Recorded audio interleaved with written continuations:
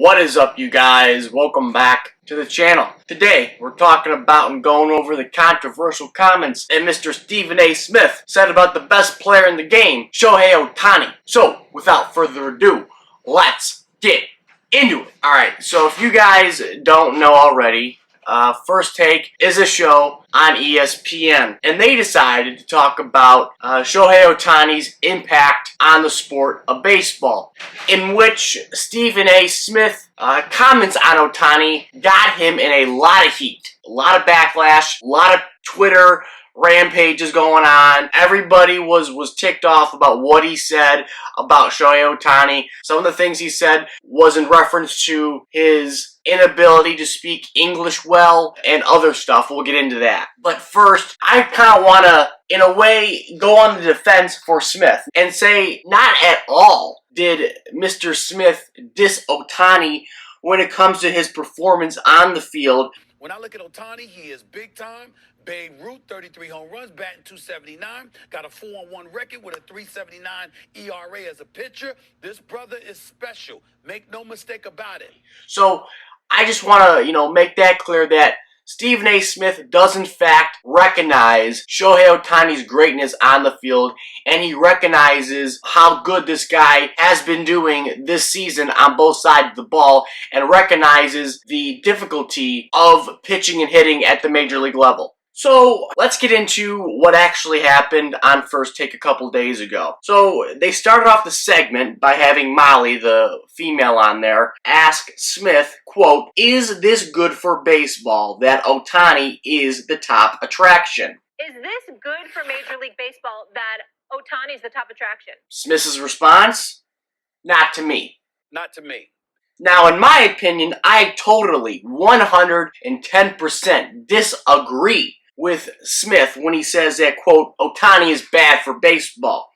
However, I do agree on Smith once he makes his explanation to a certain degree. And this was Smith's explanation on why he thinks Ohtani is bad for baseball. Even though baseball is an international sport, and I totally get that, it's played in the United States and Canada. That's where Major League Baseball is being played. So when I'm looking at it from this perspective. In the United States of America, when you talk about the sport of Major League Baseball, you talk about its lack of diversity in terms of African-American players. You talk about the influx of foreign players, whether they be from Venezuela, the Dominican Republic, Japan, or anywhere else. If you are a star and you need an interpreter, that might have something to do, not everything, because there's a lot of things that go into it, but that might have something to do with your inability to ingratiate yourself with that young demographic to attract them to the sport. He says that even though MLB, he said, is now a, quote, international sport, baseball is played in America, okay, and Toronto, Canada. So baseball on the highest levels, the highest level you could ever reach in professional baseball, they play in two countries. 99.9% of it is played in the United States, and 1% of it is played in Toronto, Canada. And both countries' primary form of communication is the use of the English language. So his point to that was, thus it would be hard to market Shohei Ohtani to the American and Canadian audience whose primary form of communication is through the English language.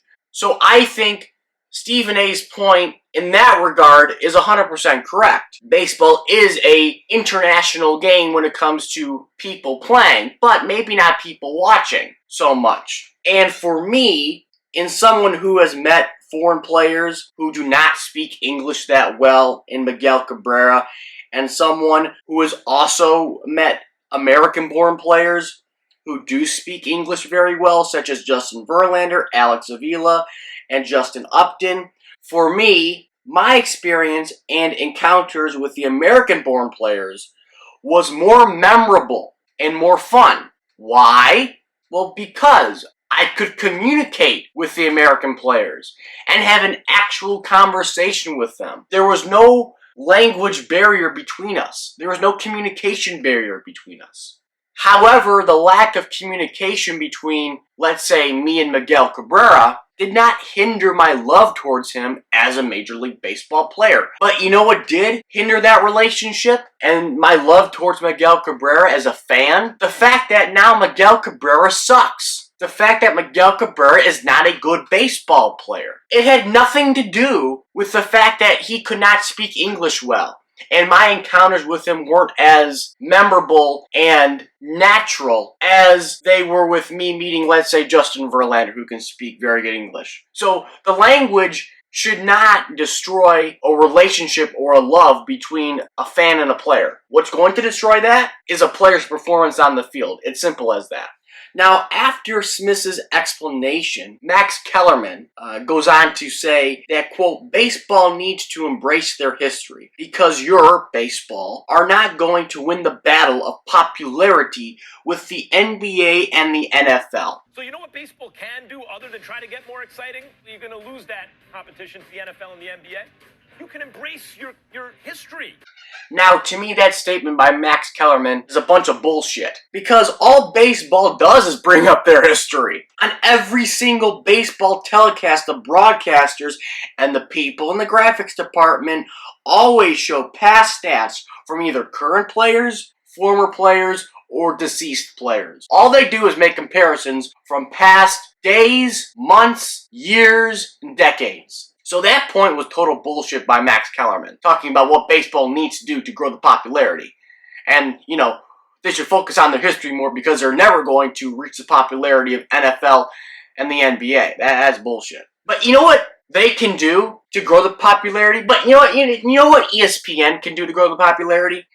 ESPN should talk about baseball more. Because everybody has ESPN. Regular cable, you got ESPN. Now, you might not have MLB Network, but you have ESPN. So if a major sports network that everybody has, such as ESPN, consistently talks about baseball, whether it's in July or January, like they do with football and NBA, and drills baseball into people's heads, people will ultimately decide to watch baseball. Why do you think the NBA's popularity is so big right now? Because all they do on a network such as ESPN, all they do is talk about basketball. It doesn't matter if it's January 1st or July the 1st. That also goes for other networks, such as CBS, NBC, and ABC. Go check out my video on that theory I made a couple months ago. So after that bullshit explanation by Max Kellerman, Smith brings up that he has to disagree with Max in order to have an argument. So for me to disagree with y'all, I have to have a point, and I'm going to bring it up to you right now. That's just so bullshit. You don't need to disagree with anybody. You can agree. I mean, I know it's more entertaining, but you can agree. And that's kind of the reason why I think, Smith went to the other spectrum on the Shohei Ohtani topic. I think he felt he had to disagree with Max Kellerman on the fact that Shohei Ohtani is, quote, good for the game. He had to pick the other side in order to have good TV, which I think is total bullshit. I think forcing people to disagree with each other or agree with each other is bullshit. You should be able to express your own opinion. Now, is this Stephen A. Smith's opinion? It could be, but it could also very well be the fact that he felt he needed to disagree with Max Kellerman because they needed to make the show entertaining, which it's not, but whatever. So, this was his point of disagreement with Max Kellerman, because Max Kellerman basically went off and said great things about Shohei Ohtani and listed off positive things that Ohtani has done for the game of baseball and growing the game of baseball and making it more entertaining for young people. Baseball was dying in the 90s. What saved it? It was the home run competition between Mark McGwire and Sammy Sosa. Now, obviously, Sammy Sosa, we learned later during his testimony on Capitol Hill that suddenly he needed an interpreter. Baseball being very, very good to him. You know what I'm saying? That wasn't enough. He needed an interpreter to speak for him when he was on Capitol Hill. Certainly didn't need that when he was smacking those home runs. His point of disagreement was that Smith brought up that baseball was, quote, dying in the 90s. And the home run race between Mark McGwire and Sammy Sosa saved baseball, which is true. 100% true. The first part of that statement, 100% agree with. 100%. But what did he decide to do? He decided to criticize Sammy Sosa for, quote, being able to speak English and not needing an interpreter while he was, quote, smacking those home runs, but he was unable, being Sammy Sosa, to speak English and needed an interpreter during the Capitol Hill hearings about the steroid scandal. The second point is so stupid and irrelevant when he talks about Sammy Sosa's inability to speak English. Because you don't need to speak at all to play any sport. You could be a mute and have success in sports at the highest professional level. So I don't understand his point about Sammy Sosa or anybody's lack of knowledge when it comes to the English language impacting their play. How is somebody's ability or inability to speak English or any other language affect their play and performance between the lines? I don't understand it, and that is so stupid and ignorant by Stephen A. Smith. Now, the next point is where it got him in trouble, and is the main reason why people got mad at him. So Smith says, but the fact that you got a foreign player that doesn't speak English, that needs an interpreter, believe it or not, I think contributes to harming the game to some degree when that's your box office appeal. It needs to be somebody like Bryce Harper, Mike Trout, those guys. And unfortunately, at this moment in time, that's not the case. But when you talk about an audience gravitating to the tube or to the ballpark to actually watch you, okay, I don't think it helps that the number one face is a dude that needs an interpreter so you can understand what the hell he's saying. Now, in my opinion, Stephen A. just shot himself in the foot on that one. He's such a hypocrite. Because if you think about it, listen to what he said. The audience is watching you. Watching. Not listening. Watching you. Now, if Ohtani decided to run for political office in the United States of America, and he could not speak English that well, then Smith's point is 100% valid, and I would 110% agree with him. But the fact of the matter is, Shohei Ohtani's occupation does not require him to speak any English. It does not require him to speak at all, matter of fact. It requires him to play baseball. That is it. But to Smith's point, to a certain degree, in my opinion, okay, if I were playing baseball or working in another country that their primary language is not English, a language I know and I'm accustomed to, and I know I'm going to be working there for quite a while and spend most of my time in that said country that does not speak English, I myself believe it would be a good idea to learn that language and eventually learn it enough so that I could speak it fluently and communicate with people. But again, that's not a requirement. Ohtani doesn't have to do that. Nobody has to do that. But I do think it's a good idea to learn. No hurt in learning. And yes, I understand there's a lot of players from Japan and elsewhere that do in fact decide to learn the English language once they come over to America and play baseball professionally. And a great example of this would be Mariano Rivera. Now, I remember watching a documentary on Mariano Rivera a couple years ago, and he explained when he came over to the States to play his first professional ball in the minor leagues for the Yankees, he was doing well, I think, but he had a hard time communicating with his American players, American teammates. And he felt saddened by that and decided to take it upon himself and learn English. And he did. And he's very good at speaking English. Matter of fact, he got the Medal of Freedom a couple years ago from President Trump, in which he made a speech in English. So you can learn.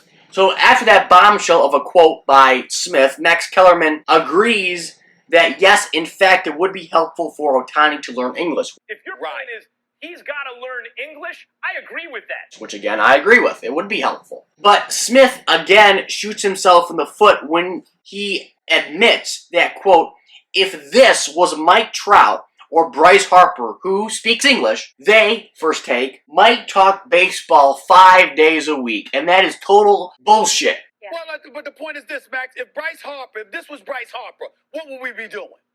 We might be talking about baseball 5 days a week. That's true. Did you talk about baseball when Bryce Harper was having a great season back with the Nationals? Was it 2015 or 16?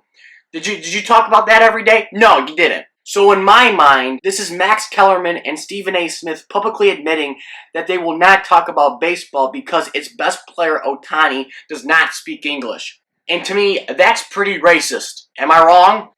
So after that bombshell by Smith and Kellerman, Max says, to be fair, we've talked about Ohtani a handful of times. To be fair, we've now talked about Ohtani this season a handful of times. Okay, that was his defense. But Smith corrects him again by saying, we talked about him twice, Max. We talked about him twice. We've talked about him twice. Another shot in the foot by Smith, admitting that he don't talk about Ohtani at all. Or baseball, really. So that was the initial bombshell a couple days ago by Smith and Max Kellerman on First Take. That's what got people all heated. Now here's the apology. I'll go over that part of it, in which they had Stephen A. Smith, Molly, Kellerman, and Passan on the show the next day.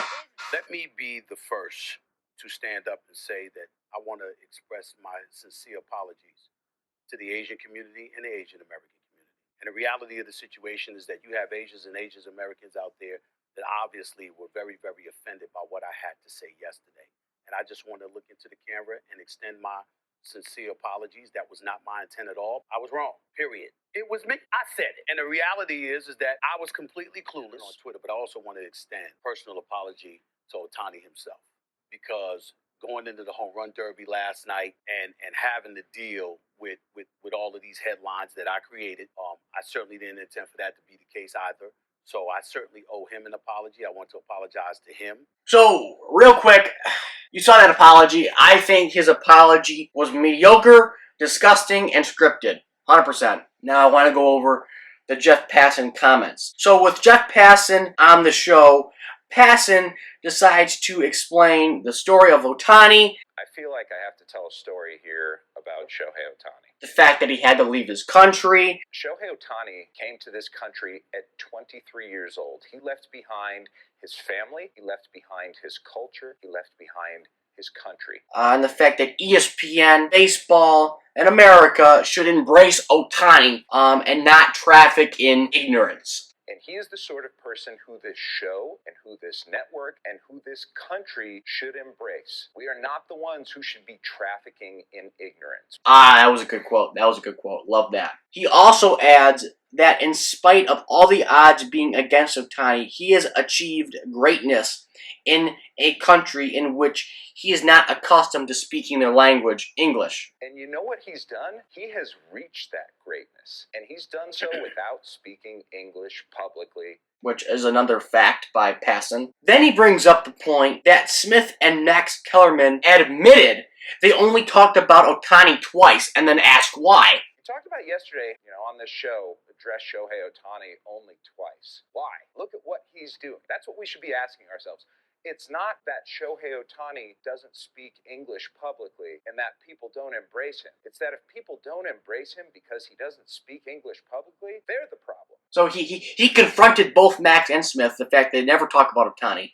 But then, Max Kellerman, he goes up and he says, well, I think it was more than twice. By the way, we addressed Shohei Ohtani, I think you said twice. I thought it was more than that. Which is 100% wrong, because if you look back at what he said, because I just showed it to you a couple minutes ago, but I'll show it to you again. Kellerman said, we've talked about Ohtani a lot this season, but then Smith goes and says, no, it was actually twice.